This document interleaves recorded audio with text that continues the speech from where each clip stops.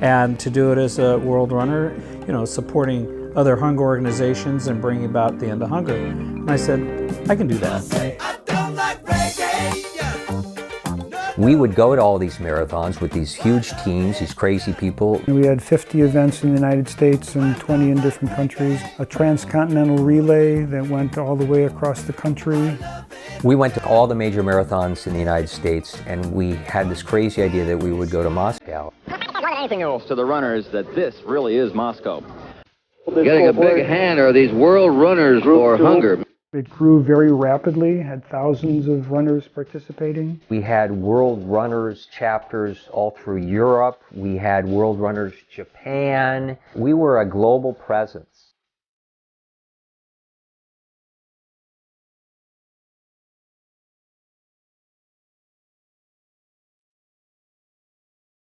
I think the underlying premise for all of us, or the underlying desire, was we wanted to make a difference in the world. The world's a big place and there are a lot of problems. What can I do to make the world a better place?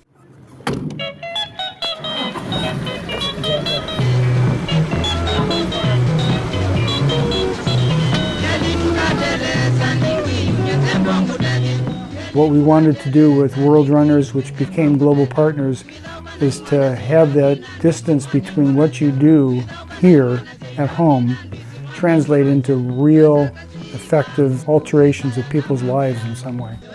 One of our former board members, Dr. Barry Levy, was doing research at the University of Nairobi. And he said, hey, you guys should come over. There might be some opportunity for us to get involved in on-the-ground projects.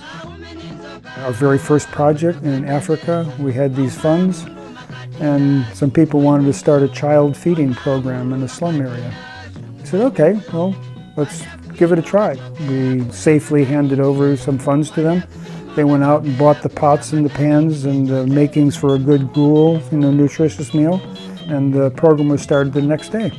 And we said, wow, why don't we think about doing projects ourselves? That was the genesis of us funding programs directly. That work continued. We primarily worked in and around Nairobi and in and around Arusha. We broadened our list of projects in East Africa, including water projects, building classrooms in schools, funding women's economic generation projects, and expanding the good work that we're already doing. So what we do is we look for indigenous projects that are already started by communities, that there's initiative to develop their communities in better ways for the future. We had extraordinary donors. We had extraordinary board members. Quite a few of our donors had the wherewithal to bring in other donors that had the wherewithal. We had John Mickler, a very dear friend of mine, who started really heavily giving and fundraising in the late 90s. I'm one out of 6 billion people in the world. I'm 1/6 billionth. But I want to see how much I can do. What can I do to make a difference? I congratulate so I just both of keep you trying to guys. leverage myself through my friends and through everything that I do to see. I'm just a little guy, but maybe I can do something. What should have been no surprise to us, was no surprise to us, is when the economy goes bad, the first thing that people stop doing is giving to nonprofits. What in the world is happening on Wall Street? We're down over 16%, fallen about 18%. 43%. We got blindsided. It was a period of time of questioning our existence. We said, okay, we'll go forward, but we're going to hire a real executive director. We needed somebody of a different generation with a different vision. We did an exhaustive search which resulted in 5 candidates, and it was clear to us that the one that we should hire is Daniel Casanova.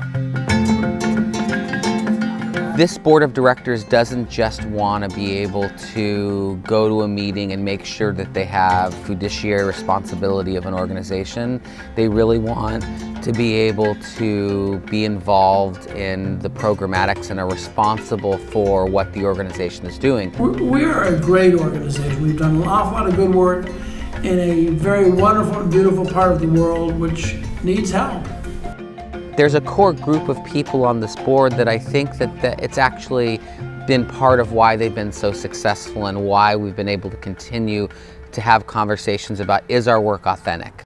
To be able to have honest dialogue about where you fit in the picture of what size of an organization you are, what the picture of international development looks like at that moment, and then talk about that is important.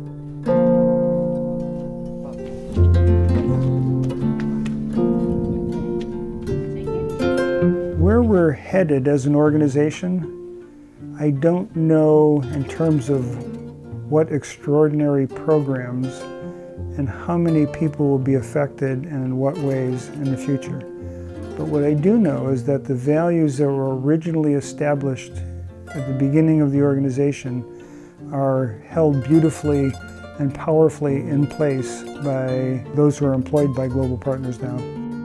What I'm excited about now is some younger people getting involved who are all really understanding new world problems and where we have to go next.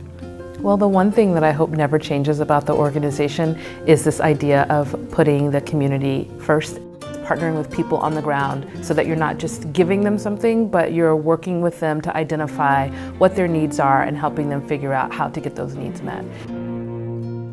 And that's what the board continues to do. And I think that started a long, long time ago when they said, oh, we're going to make these commitments to run marathons and raise funds to end hunger.